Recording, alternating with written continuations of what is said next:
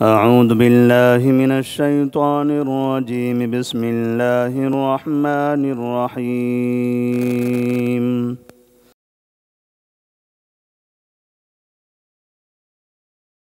يا أيها الناس اتقوا ربكم الذي خلقكم من نفس واحدة وخلق منها زوجها وبث منهما رجالا كثيرا ونساء واتقوا الله الذي تساءلون به والأرحام إن الله كان عليكم رقيبا. وآتوا اليتامى أموالهم ولا تتبدلوا الخبيث بالطيب ولا تأكلوا أموالهم إلى أموالكم إنه كان حوبا كبيرا.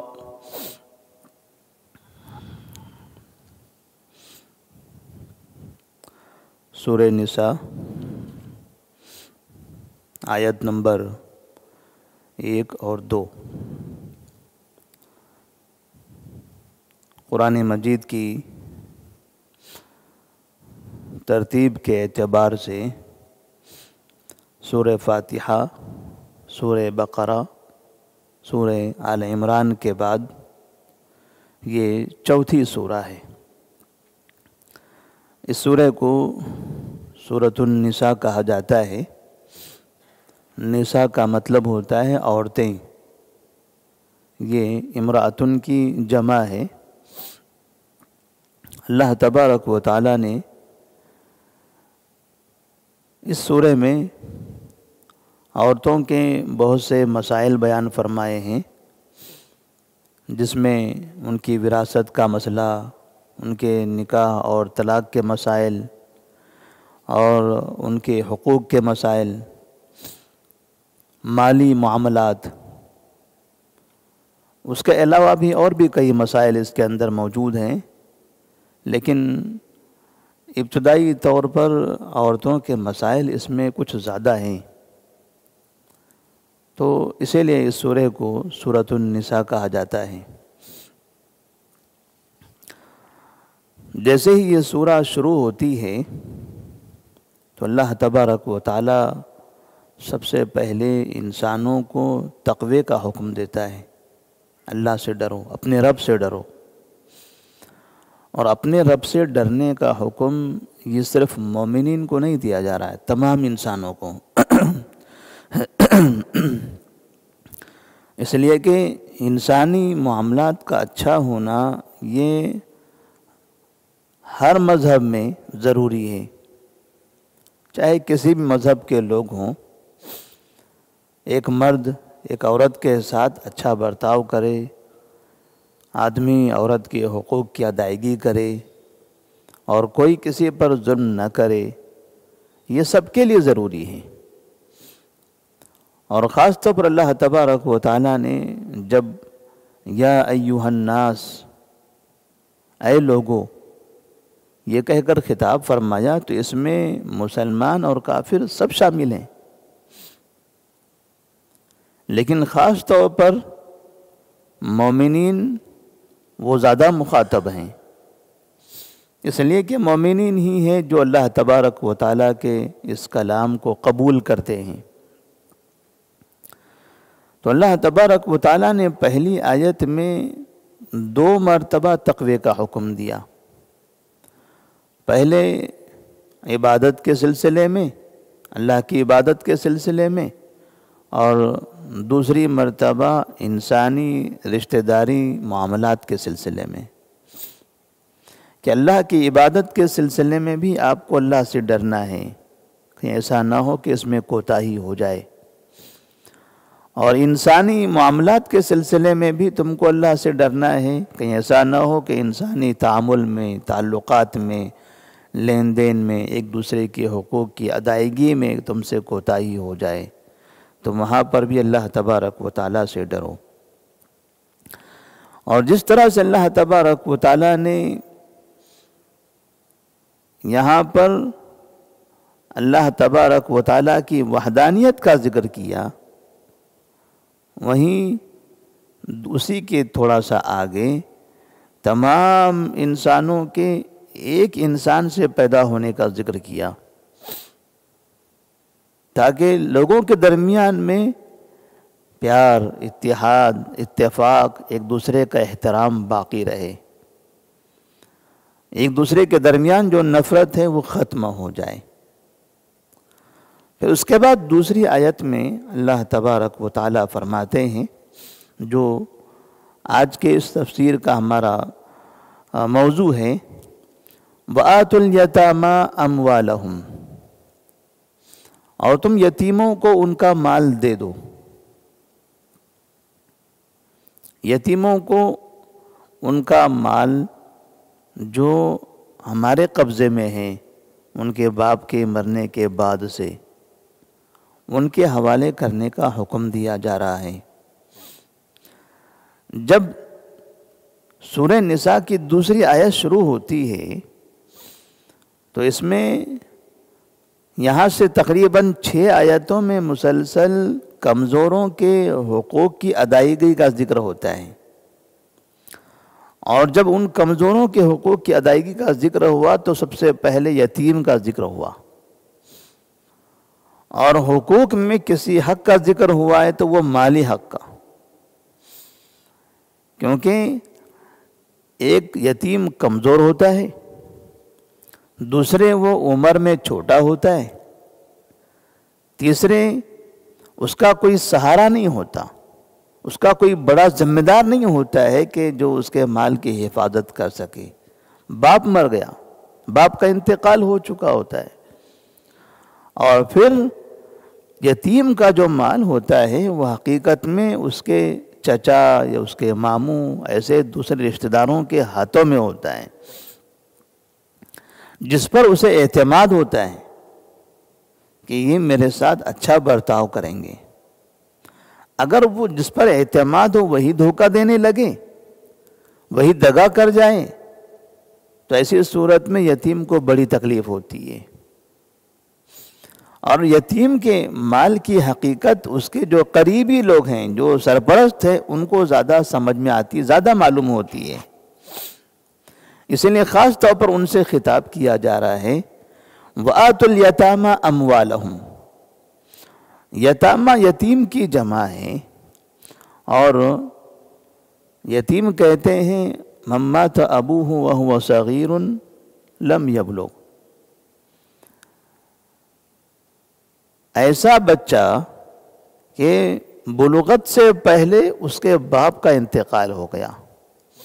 بچہ ابھی بالغ نہیں ہوا تھا، اور اس درمیان میں اس کے والد کا انتقال ہو گیا، تو اس بچے کو یتیم کہا جاتا ہے۔ اگر وہ بچہ بالغ ہو جائے اور پھر اس کے والد کا انتقال ہو تو وہ بچہ یتیم نہیں ہوگا۔ یا اسی طرح اگر بچہ چھوٹا تھا، باپ کا انتقال ہو گیا تو یتیم ہو گیا، لیکن بعد میں تو یہ بچہ بڑا ہو جائے تو جب تک کہ بالغ نہیں ہوتا تب تک کہ اس کو یتیم کہا جائے گا۔ جیسے ہی وہ بالغ ہو گیا تو یتیم کا جو نام اس پر لگا ہوا تھا وہ ختم ہو جائے گا، اب وہ یتیم نہیں رہ جائے گا۔ اتنا کہا جائے گا کہ ہاں اس کے والد کا انتقال اس وقت ہوا جب یتیم تھا، جب یہ چھوٹا تھا، لیکن اب وہ یتیم نہیں ہے، کیونکہ اب یہ بڑا ہو چکا ہے۔ ورنہ اگر بڑے ہو جانے کے بعد بھی یتیم کہا جانے لگے تو ایسی صورت میں بہت سے انسان ایسے ہوں گے، بوڑھے ہو گئے تو بھی کہا جائے گا یتیم ہے، کیونکہ ان کے والد کا انتقال ان کی 5 سال کی عمر میں ہوا تھا، 2 سال کے تھے جب ان کے ابا کا انتقال ہو چکا تھا، اب 50 سال کے ہو گئے تو اب ان کو یتیم نہیں کہیں گے۔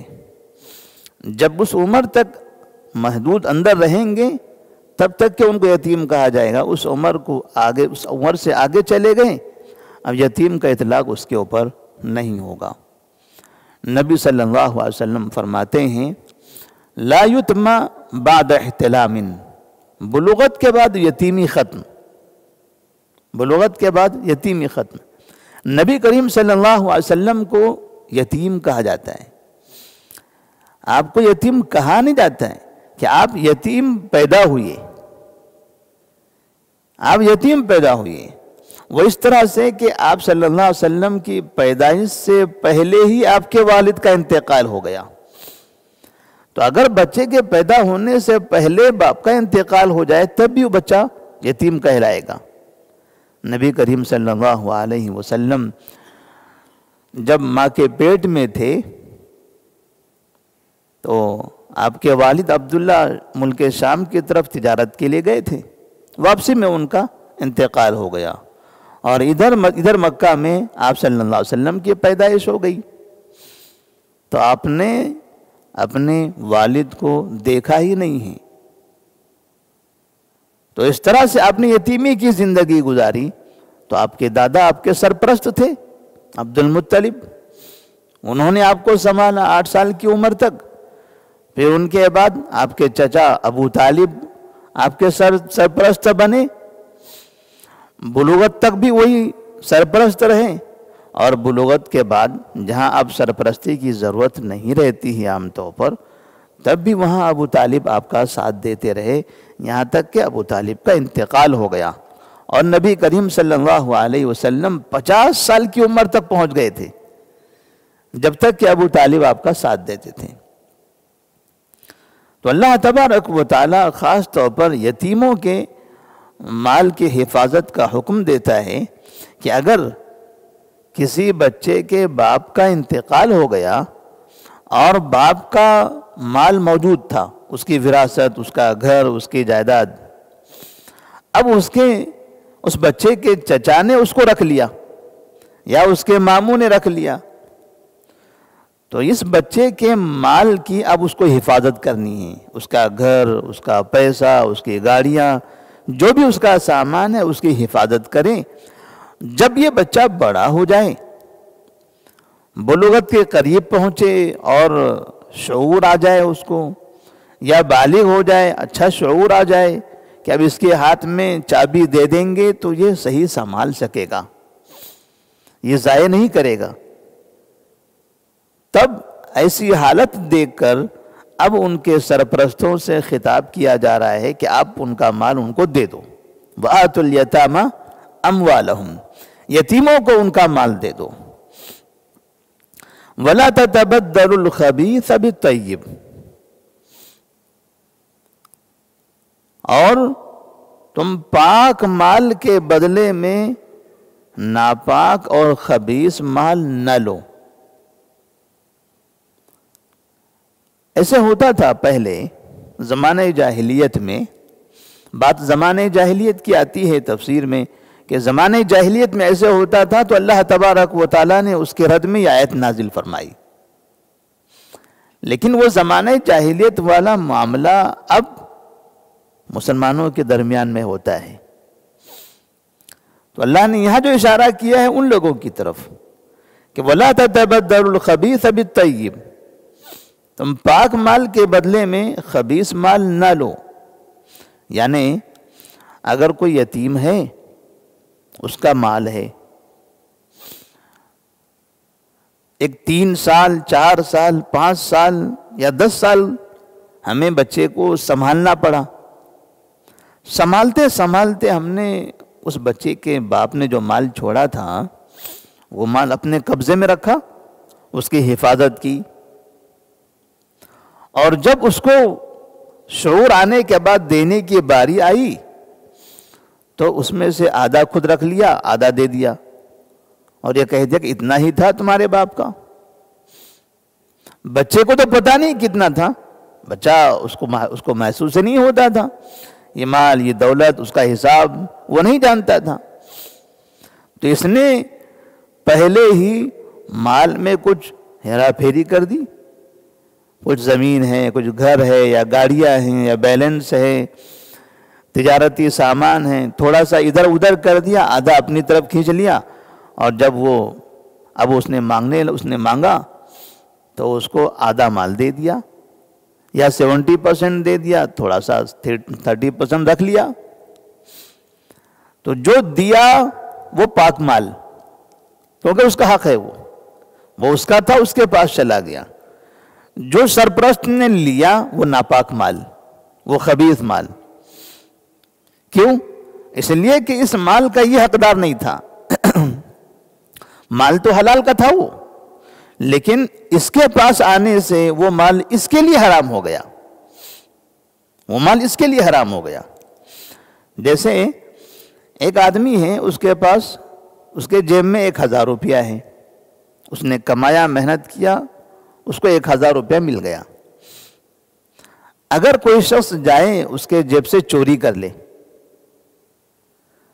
تو ہم کہتے ہیں یہ حرام ہے۔ تو وہ مال بیعینی حرام نہیں تھا، مال تو حلال تھا، وہ اس نے حلال طریقے سے کمایا تھا، لیکن جب وہ حلال مال اس کے پاس پہنچا ہے تو چونکہ اس کے پاس غلط راستے سے پہنچا، لہٰذا اب وہ حلال مال اس کے پاس حرام ہو گیا، اس کے لیے حرام ہو گیا۔ اگر دوبارہ اسی مال کو واپس کر دیا جائے اس کے مالک کے پاس، وہ اس کے لیے حلال ہو جائے گا۔ تو یتیم کا جو مال جو غلط طریقے سے اپنے پاس رکھا گیا، وہ یتیم کی ملکیت کا تھا، جب وہ اپنے پاس آیا تو وہ حرام ہو گیا۔ تو اس طرح سے اللہ تبارک و تعالیٰ نے تھوڑے سے بھی مال میں اس طرح سے دھوکہ دینے سے منع کیا۔ نبی کریم صلی اللہ علیہ وسلم کا زمانہ تھا، ایک شخص نے اپنے بھائی کے انتقال کے بعد اس کا مال اپنے پاس رکھا، جبکہ اس کا ایک بچہ تھا۔ جب یہ بچہ تھوڑا بڑا ہوا تو اس نے اپنے چاچا سے اپنے باپ کا مال مانگا کہ میرے والد صاحب کا یہ سب گھر تھا، یہ سامان تھا، مجھے دیجئے۔ تو باپ نے منع کر دیا، یعنی وہ چچا نے منع کر دیا۔ تو یہ بھتیجا نبی کریم صلی اللہ علیہ وسلم کے پاس آتا ہے اور کہتا ہے یا رسول اللہ صلی اللہ علیہ وسلم، میرے والد صاحب کا انتقال ہوا، میں چھوٹا تھا، میرے والد کا مال تھا تو میرے چچا نے رکھا تھا، اب میں تھوڑا بڑا ہوا ہوں تو اب میں مال اپنے پاس رکھ سکتا ہوں، اس کی حفاظت بھی کر سکتا ہوں، تو میں ابھی اپنے والد کا مال اپنے چچا کے پاس سے مانگنے کے لیے گیا تو وہ نہیں دے رہا ہے۔ تو نبی کریم صلی اللہ علیہ وسلم پر اللہ تبارک و تعالیٰ نے اس وقت یہ آیت نازل فرمائی، وَآتُوا الْيَتَامَىٰ أَمْوَالَهُمْ وَلَا تَتَبَدَّلُوا الْخَبِيثَ بِالطَّيِّبِ، جتنا مال ہے اتنا پورا دے دو، اس میں سے اگر تھوڑا بھی اپنا رکھو گے تو یہ آپ کے لیے حرام ہو جائے گا۔ وَلَا تَتَبَدَّلُوا الْخَبِيثَ بِالطَّيِّبِ وَلَا تَأْكُلُوا أَمْوَالَهُمْ إِلَىٰ أَمْوَالِكُمْ، اور اپنا مال ان کے مال کے ساتھ یا ان کا مال اپنے مال کے ساتھ ملا کر نہ کھاؤ، ان کا مال اپنے مال کے ساتھ ملا کر نہ کھاؤ، یعنی ایسا نہ ہو کہ تم اپنا مال یتیم کا مال سب مکس کر دو۔ اب یہ سمجھ میں نہیں آ رہا ہے کہ بعد میں ان کا پیسہ کتنا تھا، ان کا پیسہ کتنا تھا، یا جو زمین دی گئی تھی، جو رکھی گئی تھی، وہ سب آپ نے ملا دیا، یہ زمین وہ زمین سب اپنے نام پہ رجسٹری کر لیا آپ نے،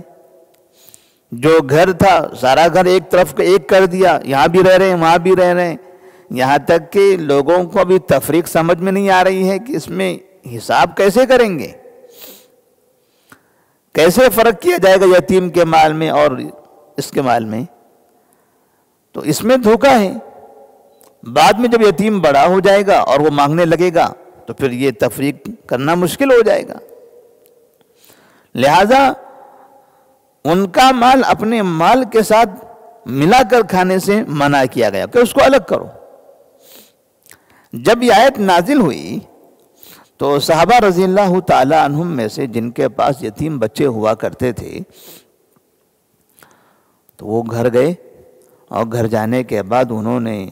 یتیم بچوں کا برتن، ان کا کھانا سب الگ کرنا شروع کر دیا۔ اب گھر میں ایک بچہ ہے، اس کا کھانا الگ کر دیا جائے، اس کا سامان الگ کر دیا جائے، اس کا برتن الگ کر دیا جائے، تو بچے کو کیسا لگے گا؟ ایک ہی گھر میں رہ رہے ہیں،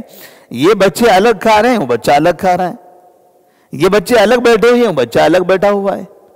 یہ دونوں میں جو تفریق رہے گی تو چھوٹا بچہ بھی بڑے کو دیکھ کر یہ محسوس کرے گا کہ یہ بڑا میرے ساتھ کچھ الگ کر رہا ہے۔ یتیم بچوں کو یہ خراب لگنے لگا، تو نبی کریم صلی اللہ علیہ وسلم کے سامنے اس کا ذکر ہوا، یا رسول اللہ صلی اللہ علیہ وسلم یتیم بچوں کے ساتھ ایسا ہو رہا ہے۔ آپ نے کہا کہ دونوں کا مال ملا کر مت کھاؤ، تب ان کا مال الگ کر دیا گیا۔ تو آپ صلی اللہ علیہ وسلم نے فرمایا کہ کہنے کا مطلب وہ نہیں تھا۔ اللہ نے پھر دوسری آیت نازل فرمائی، وَيَسْأَلُونَكَ عَنِ الْيَتَامَى قُلْ إِصْلَاحٌ لَهُمْ خَيْرٌ وَإِن تُخَالِطُوهُمْ فَإِخْوَانُكُمْ۔ لوگ آپ سے یتیموں کے مال کے بارے میں پوچھتے ہیں، آپ کہہ دیجئے قُلْ إِصْلَاحٌ لَهُمْ خَيْرٌ، اچھے طریقے سے جو بھی آپ کرو گے اس میں خیر ہوگا۔ وَإِن تُخَالِطُوهُمْ فَإِخْوَانُكُمْ، اگر تم ان کو ملا دیتے ہو آپس میں تو وہ آپ کے بھائی ہیں، آپ کے بھائی ہیں، مال ملا کر رکھنے میں کوئی حرج نہیں ہے۔ وَإِن تُخَالِطُوهُمْ فَإِخْوَانُكُمْ وَاللَّهُ يَعْلَمُ الْمُفْسِدَ مِنَ الْمُصْلِحِ، اللہ جانتا ہے کون فساد مچانے والا ہے اور کون مال کی حفاظت کرنے والا ہے، کون مال برباد کرنے کے چکر میں ہے اور کون اس کی مکمل حفاظت کرنے والا ہے۔ آپ ملا کر رکھو مگر حساب رکھو، یہ الگ الگ مت کرو، ایسا اس کو مکمل الگ کر دیں گے تو وہ یتیم اور یتیم بن جائے گا، اور پھر آپ کے لیے مشکل ہوگا کہ اس کا حساب کیسے رکھیں، آپ کا حساب کیسے رکھیں۔ تو کم سے کم ایک جگہ پر ہیں، مل کر رہیں، لیکن اتنا اندازہ رکھیں، اتنا حساب رکھیں کہ ان کا کتنا مال ہے، ہمارا کتنا مال ہے، ان کا کتنا خرچ ہو رہا ہے، ہمارا کتنا خرچ ہو رہا ہے، ان کے اوپر ان کا جو خرچ ہو رہا ہے اس کا بھی حساب رکھیں، تاکہ بڑے ہو جانے کے بعد ان کو ان کا حق دے دیا جائے۔ اور ساتھ میں اگر یتیم کے مال کو اپنے مال کے ساتھ ملا کر تجارت کرنا ہو تو اور اچھی بات ہے، اس سے ان کے مال کی حفاظت بھی ہو جائے گی، مال میں اضافہ بھی ہوتا چلا جائے گا۔ جیسے مثال کے طور پر کوئی یتیم ہے اور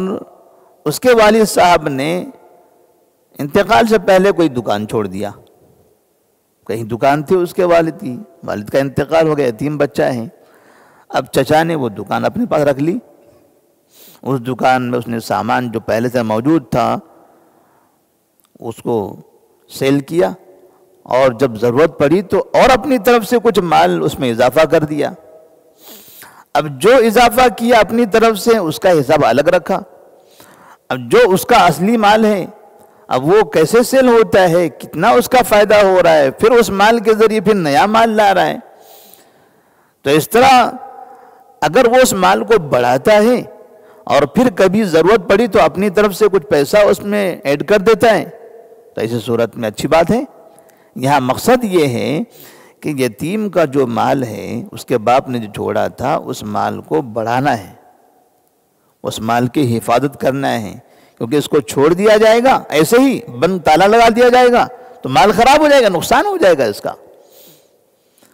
تو ایسے مکمل بند کر کے تو نہیں رکھا جا سکتا، زمین ہے چھوڑ کے رکھا جا سکتا ہے، لیکن ایسے سامان اس کو چھوڑا نہیں جا سکتا، اس کو استعمال کرتے رہنا ہے، خریدنا ہے، بیچنا ہے۔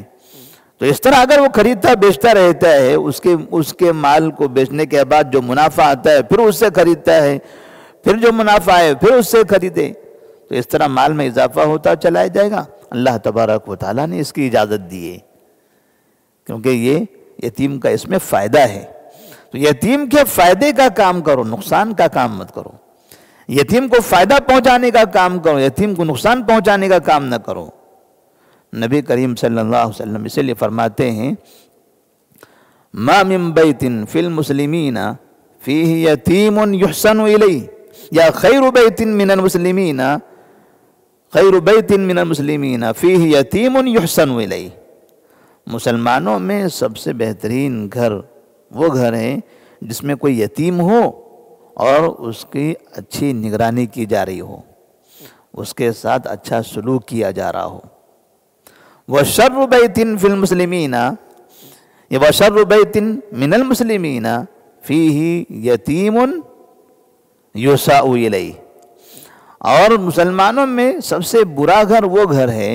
جس میں کوئی یتیم ہو اور اس کے ساتھ برا کیا جا رہا ہو۔ تو یتیم کے ساتھ برا اگر کیا جا رہا ہے، برا برتاؤ کیا جا رہا ہے، اس کے مال کو ضائع کیا جا رہا ہے، اس کی زندگی کو خراب کیا جا رہا ہے، اس کی ترقی کے لیے، اس کی تعلیم کے لیے کسی چیز پر کوئی دھیان نہیں دیا جا رہا ہے، تو نبی فرماتے ہیں یہ مسلمانوں میں برا گھر ہے۔ تو آپ صلی اللہ علیہ وسلم نے یتیم کی کفالت، یتیم کی اچھی حفاظت کی خاص طور پر تاکید فرمائی ہے۔ آپ کہتے ہیں انا وکافل الیتیم فی الجنت ہاکذا، میں اور دنیا میں یتیم کی کفالت کرنے والا، یتیم کی نگرانی کرنے والا، یتیم پر خرچ کرنے والا، یتیم کو ترقی دینے والا، یتیم کو تعلیم دینے والا، یتیم کی مدد کرنے والا، کل جنت میں ایسے ہوں گے۔ یعنی جیسے یہ دو انگلیاں بالکل قریب قریب ہیں، دونوں کے بیچ میں کچھ بھی نہیں ہے، تو ایسے ہی جنت میں ہم دونوں ہوں گے، یعنی یتیم کی کفالت کرنے والا بالکل میرے قریب ہوگا۔ تو اللہ تبارک و تعالیٰ نے، نبی کریم صلی اللہ علیہ وسلم نے اس کی بڑی فضیلت بیان فرمائی ہے۔